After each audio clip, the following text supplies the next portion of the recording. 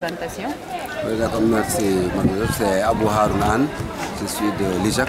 L'IJAC, c'est l'Union des jeunes agriculteurs de Polyvirne qui intervient dans la communauté rurale de Guédé au niveau du département de Podor. Monsieur Anne, quels sont les produits que vous exposez ici à la Fiara? Ici, comme d'habitude, on a amené le riz et ses dérivés. Par exemple, le riz se présente en 3 qualités. Il y a le riz entier, le semi-entier et les brisures.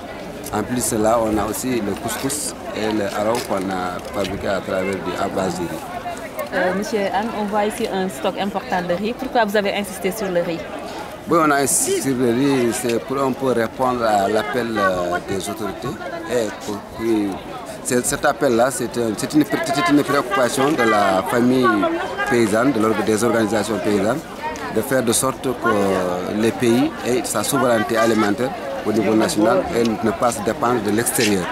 Et sur ce, avec vraiment l'appui des partenaires au développement et des organisations non gouvernementales qui nous appuient. Par exemple, comme vous le savez, l'IJAC est aussi membre de la FONCS, passant par là, membre du CNCR. On nous appuie sur les modalités, vraiment sur les plaidoyers, la promotion du riz local. Et cette année, on va atteindre l'autosuffisance à riz 2017, comme l'a dit les autorités. Nous aussi, on a voulu vraiment amener notre coup de pouce pour participer à cette activité d'autosuffisance à riz 2017. Pensez-vous que le Sénégal peut atteindre l'autosuffisance en riz d'ici à 2017? Oui, bon, si vraiment tous les acteurs ont fait la synergie de leurs forces, on pourra y arriver.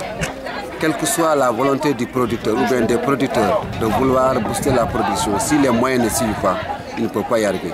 Même aussi, si l'État met les moyens à la disposition du producteur et que ces producteurs ne sont pas engagés à le faire, on ne va pas y arriver.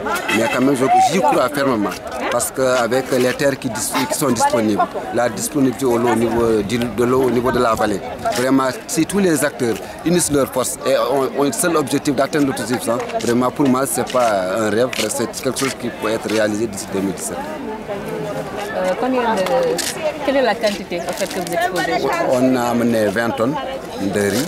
On pouvait amener plus, mais c'est lié au transport. Actuellement, pour avoir un véhicule de Podor à Dakar, c'est tout un tas de problèmes parce que ça a coïncidé avec la récolte de l'oignon. Donc les camionneurs préfèrent charger l'oignon au détriment du riz. Donc on a préféré quand même amener les 20 tonnes pour pouvoir les autres. En plus des dérivés qui tournent autour de 200 kg, haro et couscous confondus. C'est ça qu'on a amené. Monsieur Anne, quel est l'accompagnement de la France là-dessus et quel appel lancez-vous aux autorités sénégalaises? Oui, dire l'accompagnement de la France, peut-être ça serait un pléonasme, ça serait une répétition. Parce que si vous voyez le stand là où nous sommes, c'est le stand qui a été pris en charge par la FONCS. Et depuis qu'on a commencé à venir au niveau du FER, depuis 2003-2004 jusqu'à présent, vraiment la FONCS, c'est notre premier partenaire. On est membre de la FONCS, mais ça ne veut pas dire qu'on est membre, on doit avoir tout ce que les... Mais quand même, c'est un partenaire privilégié pour la participation. C'est lui vraiment qui nous a encouragés de participer à la Fiara. Et si on est là, on est accueilli par l'équipe de la FONCS qui nous met dans de bonnes conditions, vraiment il n'y a pas de problème. Quel appel lancez-vous aux autorités sénégalaises? Bon, on appelle aux autorités sénégalaises de bien vouloir vraiment respecter certains engagements.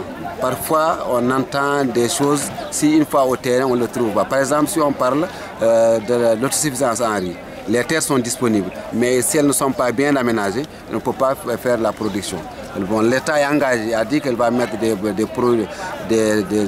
matériels agricoles à disposition des producteurs, plus les intrants agricoles qu'il faut. Vraiment, si l'État parvient à respecter les engagements et on limite, je ne sais pas comment le dire, parfois on est trop dans l'hypothèse des discours, on diminue un peu les discours et on part à l'action. Vraiment, on pourra y arriver. C'est ça que je lance au gouvernement, de vouloir respecter leurs engagements et de mettre les produits dans les conditions de pouvoir faire une production vraiment adéquate comme ils le souhaitent. Et je crois qu'Inch'Allah, on y arrivera.